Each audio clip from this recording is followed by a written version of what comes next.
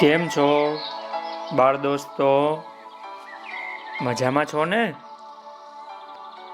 આજે હું તમારી પાસે એક સરસ મજાની વાર્તા લઈને આવ્યો છું.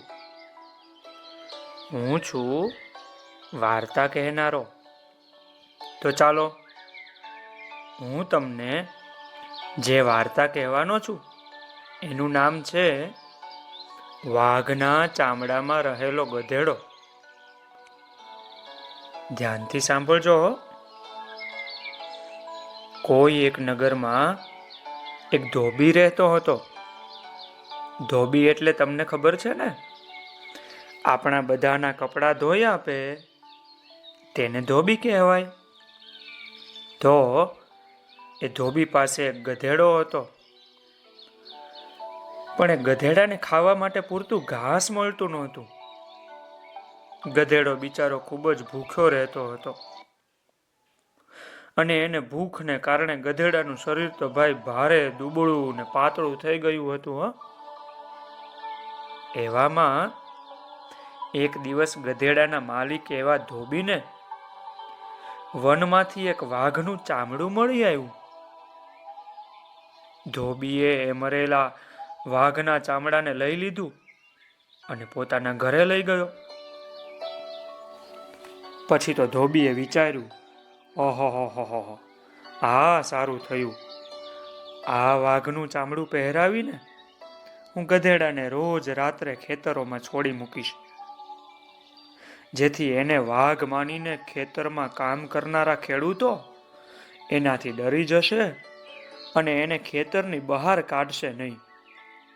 પછી તો હેઈને વાઘનું ચામડું ઓઢેલો મારો આ ગધેડો ધરાઈને લોકોના ખેતરમાં લીલું લીલું ઘાસ, લીલી લીલી મકાઈ, લીલા લીલા ઘઉં ને એવું બધું ખાશે અને હેઈને ધરાઈને તાજો માજો થશે. આવું એણે વિચાર્યું. એમ કર્યા પછી ગધેડાને એણે ખેતરોમાં વાઘનું ચામડું ઓઢાડીને છોડી મૂક્યો. થોડી રાત બાકી રહે એટલે ધોબી પાછો એને પોતાને ઘેર લઈ જતો. એ પ્રમાણે સમય જતા ગધેડો તો જાડો માડો પુષ્ટ શરીર વાળો થઈ ગયો. એને બાંધવા લઈ જતા પણ ઘણી મહેનત પડતી હતી ધોબીને. પછી તો એટલો બધો તાજો માજો થઈ ગયો. પણ પછી ગધેડો તો ખાઈને મદથી ઉદ્ધત થઈ ગયો.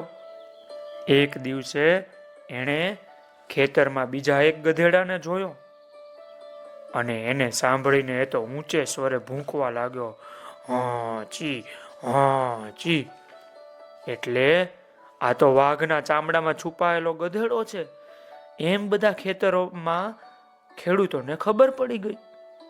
એટલે બધા ખેડૂતો લાકડી, પથ્થર, કુહાડા એ બધાથી ગધેડાને મારવા માંડ્યા અને ગધેડો તો બિચારો મરી ગયો.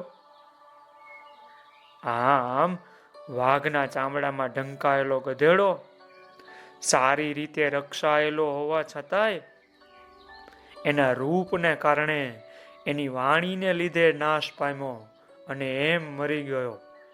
એટલે બાળ દોસ્તો, કહ્યું છે ને કે કોઈ દિવસ કોઈ માણસોની નકલ નહીં કરવાની. કોઈના કપડાઓ ઓઢીને, કોઈના વિચારો ઓઢીને આપણે એના જેવા થઈ જતા નથી. તો ચાલો આવતીકાલે બીજી વાર્તા કહીશ.